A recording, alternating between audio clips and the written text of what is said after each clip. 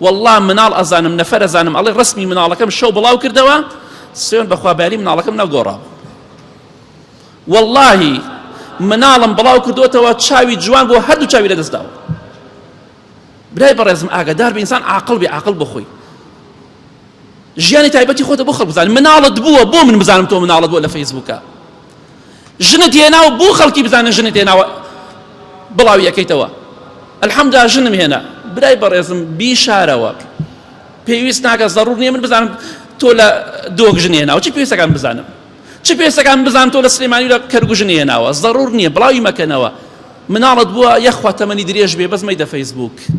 ئەم شەو الحەمدوللا مناڵێکی جوانمان بوو ئیخوا ڕەحمت لێ بکە اللهم اغفر للمؤمنين والمؤمنات والمسلمين والمسلمات الأحياء منهم والأموات من أهل السنة والجماعة والجماعات يا ربي خويا الشفاء نخوش كان من بدي بتايبتي داو أماني داوي دعاء خير يعني كدوا يا ربي خويا هي من يؤرمي ولات من بباريزي خويا جان أواني نخوش شفاء بدي أواني قرزار يعني بودا بركي أواني كيشو مشاكل يعني بويان حلكي آمين آمين آمين وصلى الله على محمد وآله وصحبه أجمعين